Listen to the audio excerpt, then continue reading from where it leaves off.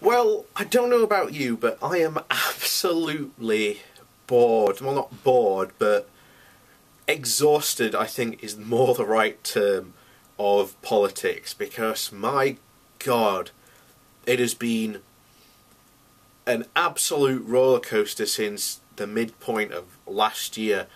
And now you've got even more stuff coming with Trump and even more stuff with Brexit. And I'm not going to stop doing videos about politics because I think it's important to have that discussion, and I like it when people challenge me on those topics, because this is what I like to do. I like to talk to people about those types of things. So what has kept me sane throughout all of this? Because it's kind of odd, because America does it really well, and then you'd think in the UK there would be a similar industry for this, but there isn't. And what I'm talking about is the late night political talk shows. And in America they do this very well. I mean, at the moment they've got Samantha Bee, they've got John Oliver, Stephen Colbert, The Tonight Show. They've got loads of stuff. But over here, literally on the TV, all we have is Have I Got News For You? Now, Have I Got News For You is great.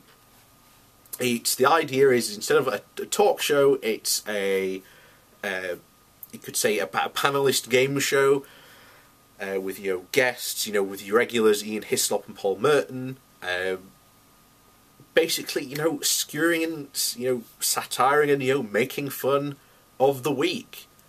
And it still is, to be honest, the best political satire comedy show we have in the UK. And it's very, very disappointing that that's all we've got. And I know people are going to say, oh, what about Mock the Week? Well, what about Mock the Week? I say, that's my question. It's just not as good as Have I Got News For You? Now, back in the day, we had The Day to Day and Brass Eye, and those were amazing. Those pinpointed issues that people talked about, it skewered them satirically and was on point in a comedic level. It was absolutely amazing. And we don't have anything like that. And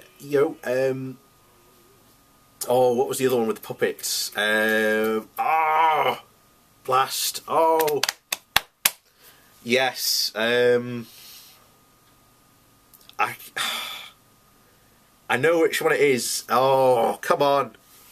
Yeah, it was the one with the puppets. Really famous. Ran for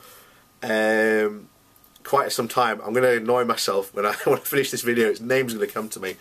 But oh well. This is why people say, why do you do these things off the cuff? Just feel like, that's how I like to do things. But oh well, this is the downfall of it sometimes.